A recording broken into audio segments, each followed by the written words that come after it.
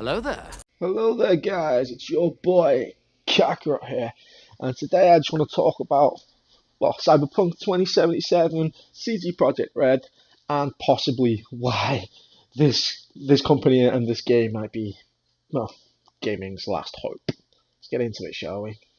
Before we do anything though guys, I just want to say a big thank you for watching this video, and if you want to help me out, please hit that subscribe button. It really helps out my small channel. It helps it really grow, and I can do more videos like this with greater quality in the future. Thanks guys, it means a lot. Now let's go. Now, as a massive fan of gaming, and I think the general consensus of the gaming community is that fully playable games with 100% games are pretty much dead now. I mean, I'm trying to think of a brilliant single player experience recently that comes to mind. I can't quite think of them. There's the odd couple that I want to get into, mostly on the Sony side of things, with be it God of War, etc. But when it comes to the big companies like your Ubisoft, your Activisions, your EA's, hell, even Bethesda, which I had so much love for recently, and just the way that they've carried themselves through the whole debacle that was Fallout 76. Not only for the game being buggy as hell, but just everything that came with it and their scummy monetization. I think now, with general, it's an accepted thing, especially with the newer generation, that you pay $60 for a game, and that there's always like an install market or something like that. Companies now are always pushing you to buy new loot or new DLCs, and that's fine. That's not the issue. The issue recently is when games do things like XP boosters, or they grind the games down, forcing you to, or pay as you win, forcing you to go to that market where it's not about the game or the enjoyment, it's about how much money they can make. Now, I understand that gaming now is not what it was 10 years ago. It's a business. It's a massive billion-dollar industry, and they got to keep making that money. And like, I understand that it costs money to make games. It costs money to employ people. It costs money to build better technology. Let's be honest. Like, most of these companies, these big companies that make these AAA games, if they took out all their monetization schemes, all their XP booster grinds, and just made a high-quality AAA game with no catches. And if it's good, people will buy it. I mean, look at God of War, you look at Spider-Man. If it is good, people will buy it. And you will earn 4, 5, 6, 7, 8 times back their money. You know, there's money to be there. There's money to be made in this industry through that. But I think game companies now have come to that point where they've hit, a thing of greed. You expect it, like I said, you expect it now with EA, Ubisoft, Activision, those kind of guys. Bethesda, I was so heartbroken when Bethesda, just like I said, the way they conducted themselves through that. They were always, with Bethesda, it was always a general consensus that their games were a little bit buggy, maybe a little bit outdated, but the amount of content they put into it, and the amount of love and the relationship they had with gamers, you could forgive them. Now, with Fallout 76, it seems they've gone the opposite way. It's the lack of quality, and they've seemed to have taken the fans for granted and tried to abuse their power a little bit there, which is very Bethesda, to be honest. And I very much love that company, and I hope this is very much a blip for them, and that they'll go back to producing brilliant games. But as I'm recording this right now, I know that there's a little bit of a controversy with the special edition for Rage 2, again with XP boosters and cheat codes. I haven't looked too much into that. Maybe that's something I'll do another video on later. But I hope it, like I said, I hope it's nothing big, and that Bethesda continues to be Bethesda, because that's what we all want.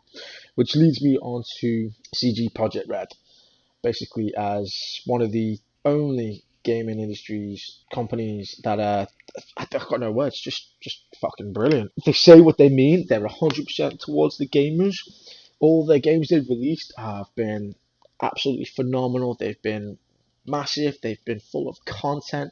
Story's been excellent. The Witcher series has been just phenomenal. And now they're releasing this game called Cyberpunk 2077, which is a sequel to the Cyberpunk 2020 tabletop RPG game. If you've not played that, by the way, you really should. And this just looks like, again, it just looks like Witcher 3, but in a Cyberpunk universe.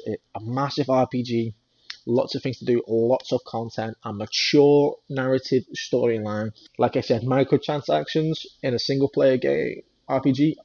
Are you crazy? Because they leave greed to others, which is actually what they said in one of their messages. They've already said that there's no monetization in this game. It's going to be 100% pure game. And you look at the gaming industry now, and there's nothing like that anywhere else at the minute.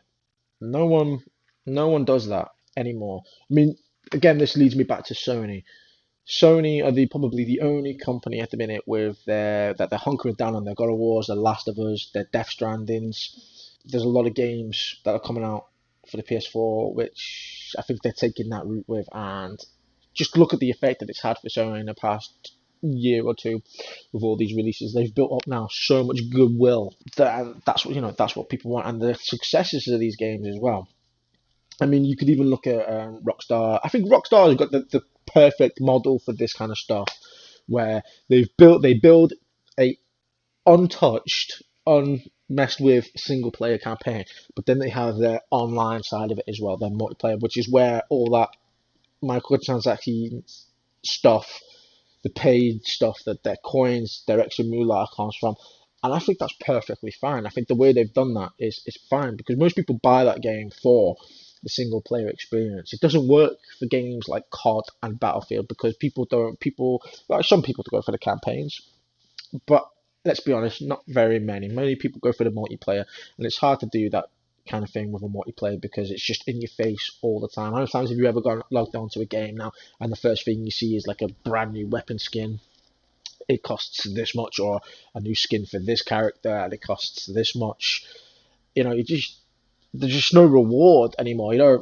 It's crap. It's not how it used to be. It's not how it used to be when you used to 10 years ago, when you just picked up a game and everything was in there for you.